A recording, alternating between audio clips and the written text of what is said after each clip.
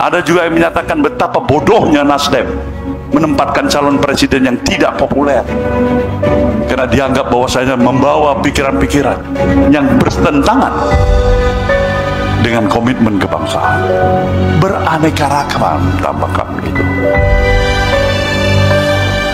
Tapi saudara, itulah Nasdem. Sekali layar terkembang, surut kita berpandang. Kalau yang sudah baik tidak perlu menjelekkan yang lain, tunjukkan kebaikannya. Betul? Ya. Lah kalau sudah baik buat apa menjelekkan? Kalau baik tinggal tunjukkan kebaikannya. Kenapa kalau bicara positif? Ya memang karena insya Allah kitanya positif. Kalau yang bicara negatif berarti dia sedang negatif. Betul sekalian? Jadi saya nih buat seluruhnya relawan, jangan terbawa ikut-ikutan menjelekan. Bila kita dijelekan, jawab assalamualaikum, gitu saja.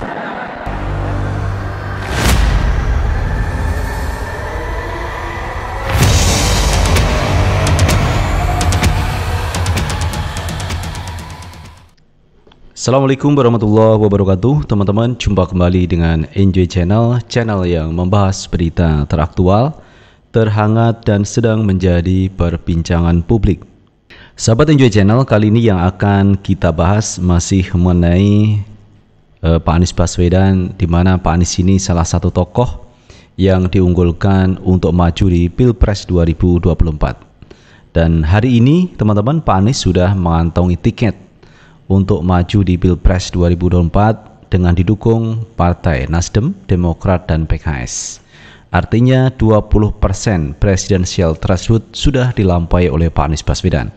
Jadi tidak ada halangan Pak Anies untuk melaju di Pilpres 2024. Hanya saja persoalan calon wakil presiden yang sampai hari ini juga belum selesai.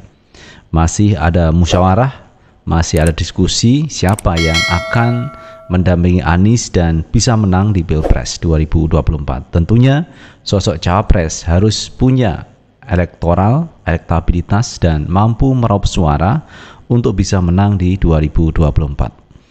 Nah teman-teman, terkait Pak Anies Baswedan, banyak publik yang juga melakukan dukungan cukup real, cukup banyak, di mana ditandai ketika Pak Anies datang ke suatu daerah, warga masyarakat berbondong-bondong mendatangi Pak Anies Baswedan untuk mendukung Pak Anies Baswedan. Nah ini kita buktikan ketika Pak Anies berkunjung ke luar kota, misalnya ke Aceh, ke Papua, ini masyarakat antusias menyambut Pak Anies Baswedan. Tetapi teman-teman, ada politisi, juga ada seorang pejabat publik yang terang-terangan tidak mendukung Pak Anies Baswedan. Sebut saja Mahfud MD yang kemarin berbincang-bincang hangat dengan Denny Indrayana, bahwa Denny ini mendukung Pak Anies, tetapi Pak Mahfud MD tidak mendukung. Mendukung atau tidak mendukung itu hak konstitusional. Tetapi teman-teman, ada pandangan dari pengamat politik yang mengatakan justru Pak Anies beruntung tidak didukung oleh Mahfud MD. Kenapa begitu? Nah teman-teman, untuk lebih jelasnya coba kita baca berita. Kita ambil berita dari wartaekonomi.co.id. Tak dapat dukungan dari Mahfud MD disebut jadi angin segar untuk Anies Baswedan. Pengamat politik kebijakan publik Gigin Praginanto menyebutkan bahwa Anies Baswedan akan rugi dari elektabilitas jika dapat dukungan dari Mahfud MD. Prediksi Gigin tersebut bermula dari pernyataan Menko Polhukam Mahfud MD yang mengungkapkan isi obrolannya dengan Denny Indrayana. Saat itu Denny berkonsultasi bagaimana bila dirinya mendukung Anies Baswedan di Pilpres 2024. Mendengar itu Mahfud MD mempersilahkan meskipun ia tak ikut terlibat. Nah, menurut Gigin itu adalah kabar baik, sebab bila Mahfud MD turut memberikan dukungan, elektabilitas Anies akan jeblok. Ini kabar baik karena dukungan dari orang semacam ini malah membuat elektabilitas jeblok, cuitnya. Sementara itu Mahfud MD sendiri secara tegas mengaku tak mendukung Anies di hadapan Denny Indrayana. Loh, boleh saya bilang, ndak apa-apa saya bilang. Tapi saya tidak mendukung Anies, saya bilang, kata Mahfud ke Denny Indrayana. Lebih lanjut, Mahfud MD menyebut bahwa dukung-mendukung adalah hak setiap orang di negara demokrasi. Ia memastikan tidak akan ada siapapun yang menghalangi hal tersebut disuarakan. Hak Anda untuk mencalonkan Anies saya jamin sepenuhnya tidak akan ada yang menghalangi dan saya akan menjadi jaminan. Silakan, itu hak politik, kata Mahfud MD. Nah, itu teman-teman terkait Pak Mahfud MD yang tidak mendukung Pak Anies Baswedan dalam gelaran Pilpres di 2024. Dan ini saya pikir juga sah-sah saja bila Mahfud MD tidak mendukung Anies Baswedan. Apa dasar yang dipakai Mahfud MD tidak mendukung Anies? Mungkin teman-teman, Pak Mahfud MD ini kan menterinya Pak Jokowi. Pak Jokowi ini menurut informasi antitesa dari Pak Anies Baswedan. Dan bahkan lebih dari itu, ketika Nasdem mendukung Anies, mengusung Anies Baswedan, ada suara dari PDIP supaya kader-kader dari Partai Nasdem direshuffle, diganti, dicopot. Kenapa begitu? Karena Nasdem mendukung Anies. Nah, seandainya Mahfud MD mendukung Anies, bisa mungkin Mahfud MD itu malah direshuffle dari kabinet Jokowi. Siapa yang mau direshuffle? Hanya karena mendukung Pak Anies Baswedan. Ini kan jabatan sudah di tangan sebagai menteri. Masa mau dicopot dari jabatan seorang menteri? Misalkan bila mendukung Anies Baswedan. Tetapi sisi lain, ini menurut pengamat politik juga menguntungkan Pak Anies kalau tidak didukung oleh Mahfud MD.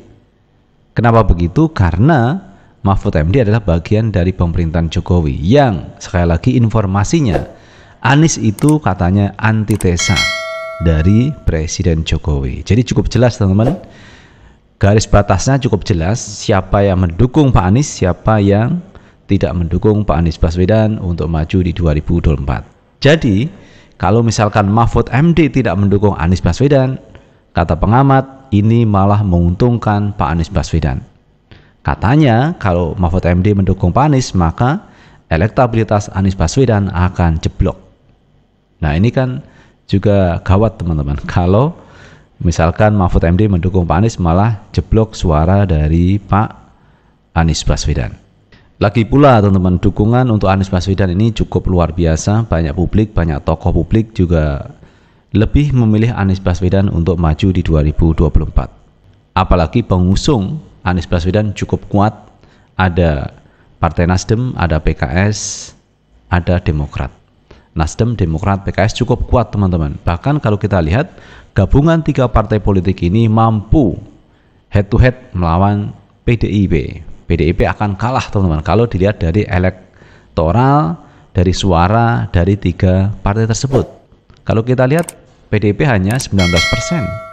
Sementara partai tiga gabungan ini bisa mendapatkan 25% suara. Dan kalau kita lihat juga koalisinya Gerindra sama PKB, ini juga kalah sama tiga partai besar ini teman-teman ya.